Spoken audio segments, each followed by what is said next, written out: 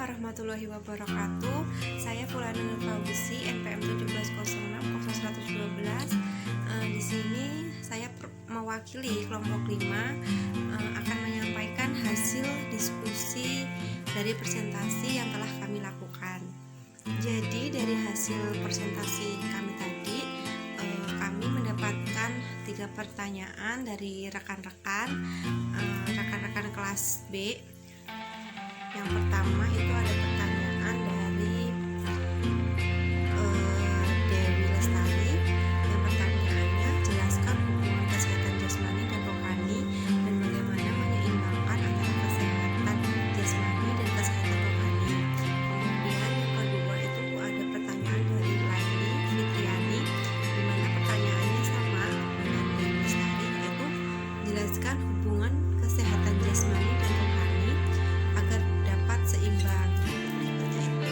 Kemudian ada lagi satu pertanyaan dari saudari Reni Tantri. Pertanyaannya, dalam upaya meningkatkan kesehatan rohani terdapat poin salah satunya yaitu mengekspresikan cinta. Pertanyaannya, bagaimana upaya yang dilakukan seorang guru ketika melihat siswa sekolah dasar salah memaknai dan mengekspresikan cinta. Melihat keadaan di lapangan, banyak sekali anak-anak tingkat sekolah dasar yang sudah berhubungan yang mereka sebut dengan pacaran layaknya orang dewasa. Terima kasih. Itu tadi pertanyaan dari 3 penanya. Kemudian dari pertanyaan-pertanyaan tersebut, kami bersama rekan-rekan lain mendiskusikan jawaban. Kemudian kelompok kami mencoba menjawab dari pertanyaan Laili dan pertanyaan dari Dewi Lestari. Nah, jawaban dari kelompok kami disampaikan oleh Fitri Eliani. Nah, di mana hasil diskusi kelompok kami terkait pertanyaan tersebut, apakah ada hubungan antara kesehatan jasmani dan rohani? Nah, jawabannya yaitu ada. Kita ambil contoh seperti kata saudari Fitri itu, ketika kita stres, kita banyak pikiran, maka kita akan mengalami gejala pusing, kemudian kita sulit tidur, gitu. Terus kemudian kita demam, gitu. Terus bisa juga kita sakit pilek atau lain sebagainya.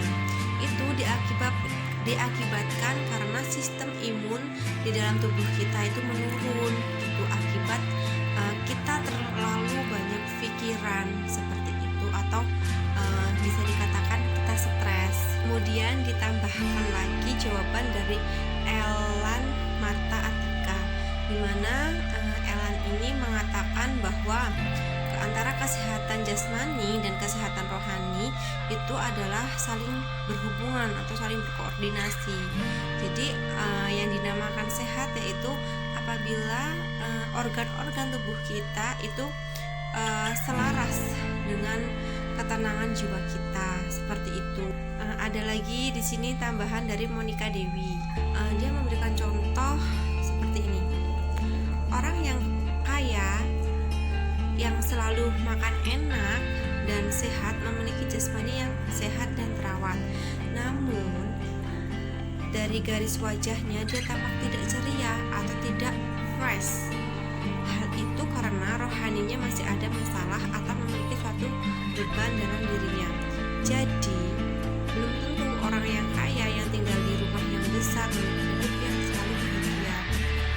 Nah, dari contoh yang diberikan oleh Monica Dewi, kita dapat mengambil kesimpulannya, mengapa kok orang-orang yang terlihat bahwa gizinya itu terpenuhi, gitu, dia mampu membeli makanan-makanan yang sehat, tapi kenapa kok dia masih bisa terjangkit penyakit atau masih bisa sakit, gitu.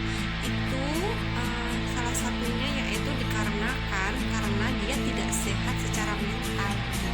Maka akan mempengaruhi dengan ke kondisi fisiknya seperti itu. Karena orang-orang yang tidak sehat secara mental pasti akan mempengaruhi baik dari segi nafsu makan, kemudian dari segi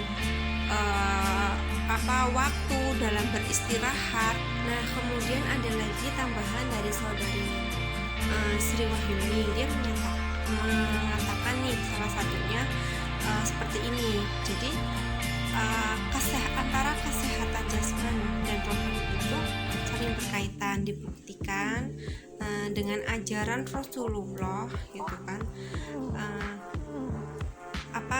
Yaitu ajarannya itu melaksanakan puasa, baik puasa wajib atau puasa sunnah seperti itu. Nah, dengan kita berpuasa itu kita akan perbaiki rohani kita, memperbaiki jiwa kita, karena rohani itu berkaitan dengan Sang Khalik. Nah, seperti itu. Maka jiwa kita akan lebih tenang.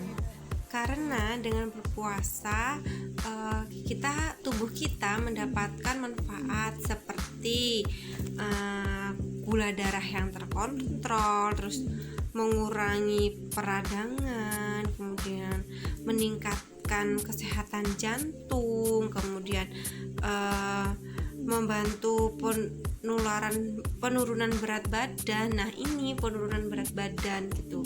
Kenapa kok penurunan berat badan ini sehat? Karena biasanya orang-orang yang gemuk itu dia menyimpan lemak jahat gitu, atau lemak hewani seperti itu. Nah, orang yang gendut ini dia itu menyimpan atau menimbun lemak-lemak yang lemak-lemak hewani itu, atau lemak-lemak yang tidak jenuh gitu. Lemak tidak jenuh itu yaitu lemak yang susah terurai di tubuh kita gitu. Lagi pula kita kan sebagai makhluk hidup tuh, kita juga bisa menghasilkan lemak gitu loh. Tidak terlalu banyak membutuhkan lemak hewani ini, seperti itu. Makanya kenapa ketika berat badan kita itu normal, berarti itu tandanya kita tidak terlalu banyak menyimpan lemak hewani atau lemak tak jenuh, seperti itu. Karena lemak-lemak ini bisa mengganggu kesehatan, yang bisa nih contohnya menyebabkan obesitas. Nah, obesitas itu juga akan mempengaruhi kinerja dari tubuh kita. Sebagai contoh, kita sulit bergerak, maka metabolisme tubuh kita juga akan terganggu, seperti itu. Kemudian jika lemak itu menimbun di area sekitar jantung, itu akan bisa menyebabkan penyakit jantung, seperti contoh jantung koroner dan lain sebagainya. Masih banyak lagi penyakit yang diakibatkan karena lemak tak jenuh, seperti itu, atau karena penimbunan lemak tak jenuh.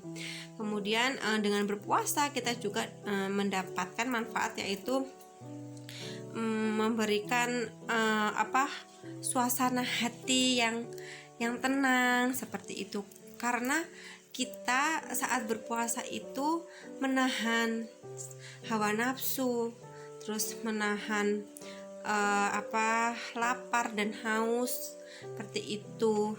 Jadi kita mencoba menjadi pribadi yang lebih baik dan pribadi yang lebih dekat dengan Sang Pencipta, Allah Subhanahu wa Ta'ala.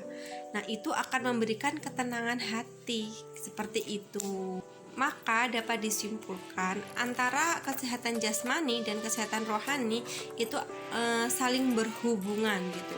Apabila salah satunya itu tidak sehat, maka itu akan berpengaruh terhadap tubuh kita, terhadap kesehatan kita. Intinya seperti itu. Selanjutnya yaitu pertanyaan ketiga dari saudari Reni Tantri, yang pertanyaannya berkaitan dengan pengertian rasa cinta, seperti itu, yang salah di kalangan anak-anak sekolah dasar. Nah, di sini kelompok kami mencoba menjawab pertanyaan tersebut. Pertama ada jawaban dari Tri Yulistiana. Jadi di situ dia memberikan upaya atau tips-tips untuk menghadapi anak-anak sekolah dasar yang salah mengartikan apa arti cinta seperti itu. Yang pertama yaitu memberikan sebuah sanksi gitu.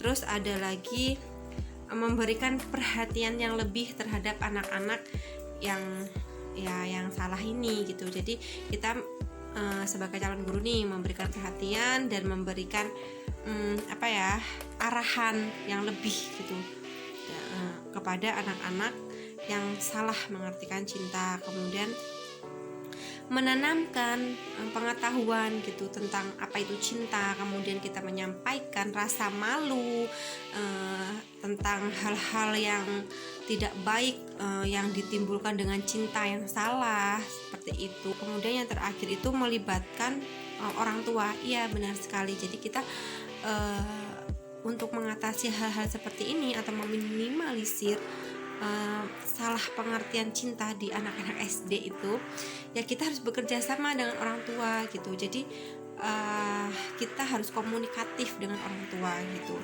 Kita berikan pengarahan kepada orang tua bagaimana caranya untuk menanggapi anak-anak yang mulai mengenal lawan jenis. Kemudian supaya ketika di rumah orang tua itu bisa mengarahkan, karena kan anak-anak itu tidak selalu bersama kita gitu, dan lebih banyak waktunya dengan orang tua dibanding dengan kita. Nah, kita makanya perlu melakukan kerjasama dengan orang tua seperti itu.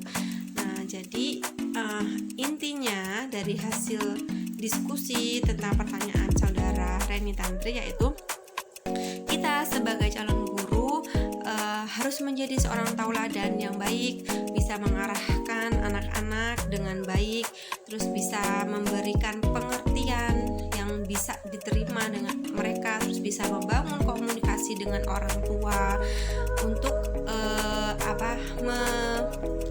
memberikan sebuah pelayanan pendidikan yang baik gitulah, yang tepat dan yang sesuai dengan tujuan dari pendidikan Indonesia seperti itu.